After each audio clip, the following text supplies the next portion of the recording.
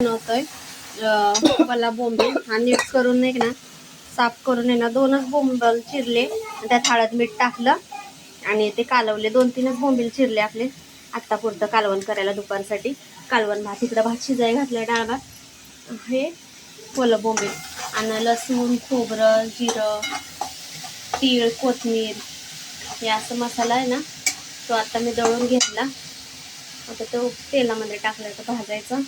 हळद चटणी मीठ वगैरे टाकायचं हे चिरलेले बोंबील टाकायचे ओले बोंबील त्याचं कालवण करायचं रस्सा थोडासा आणि कालवण भात आणि दुसरे बोंबील आहेत ते आम्ही पाट्याखाली असे ठेवलेत पाट्याखाली ते संध्याकाळी तळणार आणि कोळंबी आणले ते कोळंबीचा भात करणार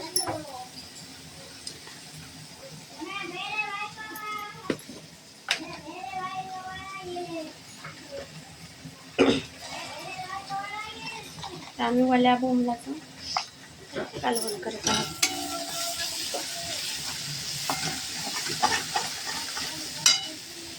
हे असं खाली लागायला लागलं पाणी टाकायचं थोडं थोडं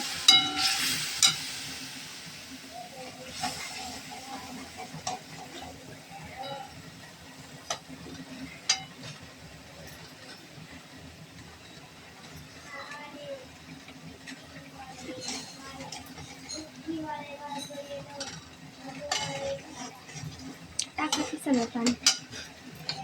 हे असं मसाल्याच्या भांड्यातलं पण सगळं पाणी टाकायचं आणि ह्या रस्स्याला उकळी फुटली की हे टाकायची मच्छी ओला बोंबील आणि ती उकळलं शिजलं झालं मग कालवण आणि भात खायचा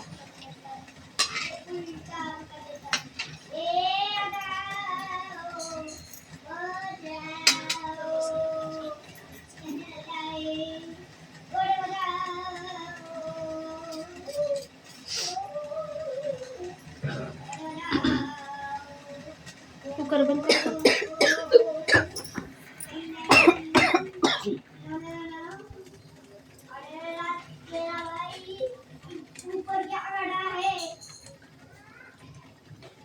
तर असे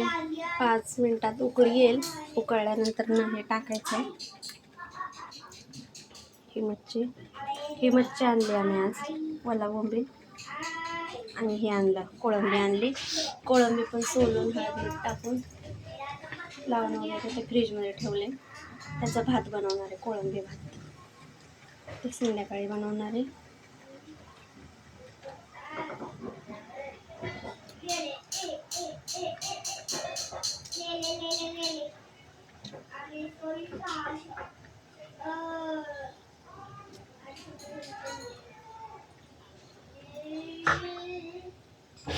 बघा आता पाण्याला उकळी फुटायला लागले पाणी उकळले तर त्याच्यामध्ये आपण सोडूयात ही मच्छी ओला बोंबील थोडं 5-10 मिनटं शिजून देऊयात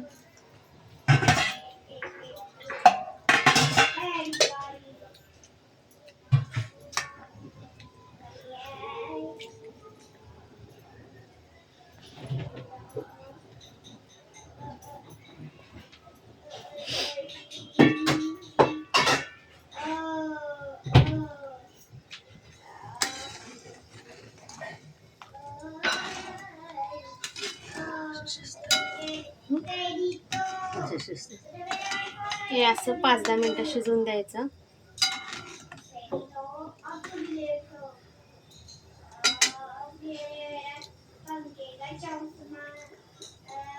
तर अशा प्रकारे आम्ही ओल्या बोंबलाचं कालवण करतो